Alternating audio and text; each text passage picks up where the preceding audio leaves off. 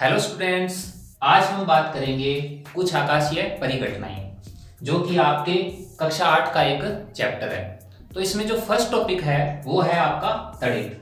तो तड़ित को स्टूडेंट्स हम इंग्लिश में थंडर भी कहते हैं और इसका जो दूसरा नाम है वो है आकाशीय बिजली। तो इसको हम परिभाषित कैसे करेंगे? वायुमंडल में विद्युत आवेश के एक स्थान से दूसरे स्थान पर जाने से उत्पन्न जो कड़कड़ाहट होती है उसी को हम क्या कहते हैं? तड़ित कहते हैं। उसी को हम क्या कहते हैं? तड़ित। और इसको जो इंग्लिश में हम थंडर भी कहते हैं। इसमें एक वर्ड आया है वो है विद्युत आवेश। विद्युत आवेश प्रत्येक वस्तु के अंदर पाया जाता है और इसको हम देख नहीं सकते लेकिन हम इसे फील जरूर कर सकते हैं। विद्युत आवेश को समझने के लिए हमें दो उदाहरण लेने पड़ेंगे। उसमें क्या है कि पहले जैसे स्केल या फिर कंघी है, स्केल या कंघी को सूखे बालों से रगड़ के कागज के छोटे छोटे टुकड़ों के पास लेके जाएं तो टुकड़े क्या करेंगे? कागज के टुकड़े स्केल या कंघी की तरफ अट्रैक्ट होंगे। तो इसका मतलब ये हुआ कि दोनों में कुछ ना कोई ऐसी चीज उसमें है और वो आकर्षित इसलिए हुए क्योंकि आवेश में आकर्षण का गुण पाया जाता है। इसके अलावा जो सीआरटी टीवी होते थे पुराने टाइम में, तो टीवी को जब भी हम बंद करते थे तो बंद करने के बाद जैसे ही टीवी अपना हाथ जो है टीवी के डिस्प्ले के पास लेके जाते थे तो हमारे जो हाथ के बाल है ये थोड़े थोड़े खड़े होते थे। तो इसका मतलब ये है कि बालों में और टीवी के डिस्प्ले में क्या होता है? आवेश होता है।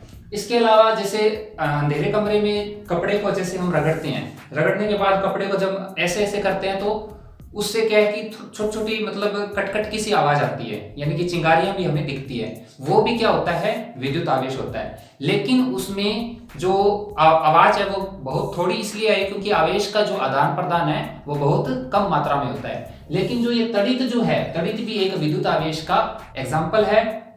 इसमें जो है लाइटनिंग स्ट्रोक भी इसको कहते हैं। तो बिजली की जो कड़कड़ाहट है वो इतनी ज्यादा यानी कि इतनी जोर से इस वजह से होती है क्योंकि आवेश का जो आदान प्रदान है वो बहुत बड़ी अमाउंट में होता है।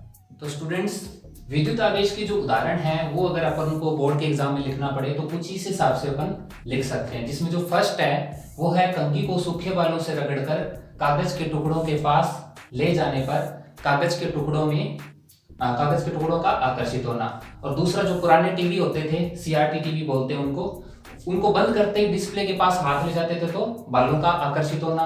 थर्ड जो है हमारा अंधेरे कमरे में कपड़े को रगड़ने पर चिंगारियां उत्पन्न होना। तो स्टूडेंट्स, अब हम पढ़ेंगे विद्युत आवेश का वर्गीकरण, यानी कि आवेश के कौन कौन से प्रकार होते हैं या किस प्रकार इसका जो है क्लासिफिकेशन किया जाता है। तो इसमें क्या है कि दो प्रकार से हम करते हैं, जैसे स्थिति फर्स्ट देख रहे हैं आप और स्थिति सेकंड देख रहे हैं। तो जो आवेश जो फर्स्ट है इसके अंदर क्या है? आवेश दो प्रकार का होता है, जैसे धनावेश और ऋणावेश। धनावेश को हम प्लस के निशान से बताते हैं और ऋणावेश को हम माइनस के निशान से बताते हैं, जो हम मैथ्स के अंदर यूज करते हैं सिंबल्स। तो जो धनावेश है उसको हम कैसे परिभाषित करेंगे? रेशम के कपड़े को कांच की छड़, रेशम के कपड़े से अपन परिचित है और कांच की छड़ होती है। तो रेशम के कपड़े को कांच की छड़ से रगड़ने पर कांच की छड़ में जो उत्पन्न आवेश है उसको हम क्या कहते हैं? धनावेश कहते हैं।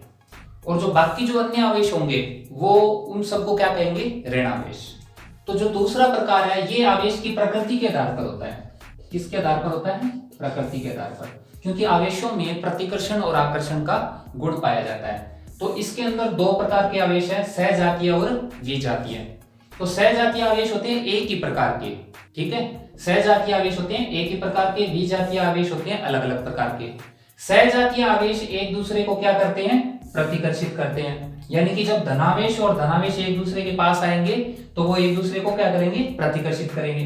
यानी कि ये जो आप निशान देख रहे हो, एरो का, तीर का निशान, ये बता रहा है कि ये दोनों आवेश एक दूसरे को क्या कर रहे हैं? दूर धकेलने की कोशिश कर रहे हैं। और इसी प्रकार जब दो ऋणावेश एक दूसरे के पास आएंगे तो दोनों एक दूसरे को क्या करेंगे? प्रतिकर्षित करेंगे। ये बिल्कुल चुंबक की तरह होता है। चुंबक में भी ऐसा ही केस हमको देखने को मिलता है। जब हम चुंबक के दो टुकड़ों को पास लाते हैं तो वो एक केस में तो वो पास आते हैं, यानी कि एक केस में खुद को एक दूसरे को खींचने की कोशिश करते हैं और दूसरे केस में वो एक दूसरे को दूर धकेलने की कोशिश करते हैं। ऐसे ही अब विजातीय आवेश में क्या होता है? विजातीय आवेश में जब दो अलग अलग प्रकृति के आवेश यानी कि एक धनावेश और दूसरा ऋणावेश एक दूसरे के पास आते हैं तो वे एक दूसरे को क्या करते हैं? आकर्षित करते हैं। मैं थोड़ी देर के लिए साइड में हो जाता हूं, आप चाहो तो स्क्रीनशॉट ले सकते हो। तो स्टूडेंट्स नेक्स्ट टर्म अपनी है विद्युत धारा, जिसको हम इंग्लिश में इलेक्ट्रिक करंट भी कहते हैं। तो इसमें क्या स्टूडेंट्स एक प्रश्न ऐसे बन सकता है कि विद्युत धारा कैसे उत्पन्न होती है। तो इसका आंसर हम कैसे देंगे कि जो आवेश होते हैं, अभी जो मैंने आवेश के बारे में बताया था, आवेश खुद अपनी मतलब खुद मोशन नहीं करते, स्वयं गति नहीं करते, लेकिन अगर किसी कारण से आवेश गति करें, तो किसी कारण से अगर आवेश गति करें तो विद्युत धारा उत्पन्न होती है। या फिर आप ये भी कह सकते हो कि आवेश के प्रवाह को विद्युत धारा कहते हैं। तो स्टूडेंट्स इसी तरह के जो टॉपिक हैं वो नेक्स्ट वीडियो में आपको मिलेंगे। तो thanks to watch my video.